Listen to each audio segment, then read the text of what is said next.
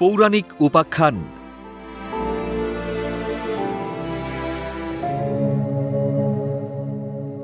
যক্ষ কাদের বলা হয়?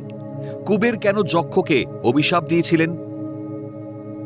হিন্দু পৌরাণিক কাহিনী অনুসারে ধনদেবতা কুবের হলেন যক্ষদের রাজা, যারা পৃথিবীর লুকোনো ধনসম্পদ ও অলকাপুরী রক্ষা করেন। তাদের যক্ষ বলা হয়। কুবেরের প্রধান অনুচর বা যক্ষদের মধ্যে মণিভদ্র ও পূর্ণভদ্র বিশেষভাবে উল্লেখযোগ্য। যক্ষরা আধা ঐশ্বরিক প্রকৃতির প্রাণী, যারা কুবেরের নির্দেশে কাজ করে। মণিভদ্র ও পূর্ণভদ্র ছিলেন যক্ষরাজ কুবেরের অন্যতম প্রিয় ও বিশ্বস্ত অনুচর। তারা মূলত গুপ্তধন, প্রকৃতির সম্পদ এবং কুবেরের নগরী অলকাপুরীর প্রহরী হিসেবে দায়িত্ব পালন করেন। যক্ষ ছাড়াও কুবেরের সেনাবাহিনীতে গুজ্জক, কিন্নর এবং গন্ধর্বরাও অনুচর হিসেবে থাকেন। পৌরাণিক কাহিনীতে কুবেরের অনেক অনুচরই যক্ষ রাজা হিসেবেও পরিচিত ছিলেন। কুবের কে ছিলেন? হিন্দু পৌরাণিক কাহিনী অনুসারে কুবের হলেন ধনসম্পদ ও ঐশ্বর্যের দেবতা এবং যক্ষ নামক উপদেবতাদের রাজা।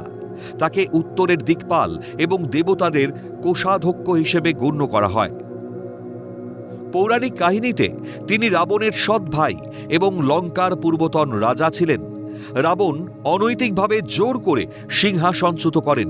লঙ্কা থেকে বিতাড়িত হয়ে তিনি কৈলাস পর্বতে বসতি স্থাপন করেন। তিনি সমস্ত ধনরত্ন এবং বিশ্বের ভাণ্ডারের রক্ষক। তাকে সমৃদ্ধি ও বস্তুগত সম্পদের প্রতীক হিসেবে পূজা করা হয়। তাকে সাধারণত স্থূলাকায়, রত্নভূষিত এবং অর্থপাত্র হাতে চিত্রিত করা হয়। ধনতেরাস, শারদ পূর্ণিমা এবং অক্ষয় তৃতীয়ার মতন শুভ তিথিতে আর্থিক সমৃদ্ধির জন্য কুবেরের পুজো করা হয়। তিনি বিশ্রবার পুত্র হওয়ায় বৈশ্রবণ এবং যক্ষদের রাজা হওয়ায় যক্ষপতি নামেও পরিচিত। কুবের যক্ষকে অভিশাপ দিয়েছিলেন কেন? পৌরাণিক কাহিনী অনুসারে যক্ষ কুবেরের নির্দেশে প্রতিদিন শিবের পূজার জন্য মানস সরোবর থেকে পদ্মফুল আনার দায়িত্বে ছিল। যক্ষ তার নববিবাহিতা স্ত্রীর প্রতি অত্যন্ত আসক্ত হয়ে পড়েছিল। এর ফলে সে তার দায়িত্ব ঠিক মতন পালন করেনি এবং পূজার ফুল জোগাড়ে অবহেলা করেছিল। যক্ষের এই গাফিলতির কারণে কুবের রুষ্ট হন এবং যক্ষকে অভিশাপ দিয়ে 1 বছরের জন্য তার প্রিয়া বা স্ত্রীকে ছেড়ে হিমালয় থেকে বহু দূরে রামগিরি পর্বতে নির্বাসিত করেছিলেন।